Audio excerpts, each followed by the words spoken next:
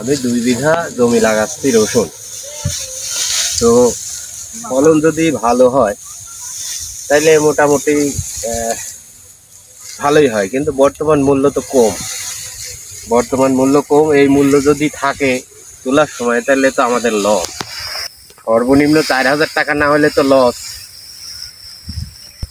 1.5 বিঘা জমি সার বীজ দিয়ে প্রায় লেবার দিয়ে 20-25 হাজার টাকা খরচ তো পড়েই, এবং সাথে আছে রসুনের বেতন আছে। সব মেলায় দেখা যাচ্ছে সেচ আছে, 2-3টা সেচ দেওয়া লাগে, বিষ আছে, এগুলা দিয়ে 20-25 হাজার টাকা খরচ হয় বিঘা প্রতি ভালো যদি ফলন হয় তাহলে 40 মণ। আর যদি বেতন অথবা সার আমাদের দিত তাহলে খরচটা কমে যাইতো, আমাদের একটু লাভের পরিমাণটা বেশি হইতো। সরকারের কাছে এটাই আবেদন।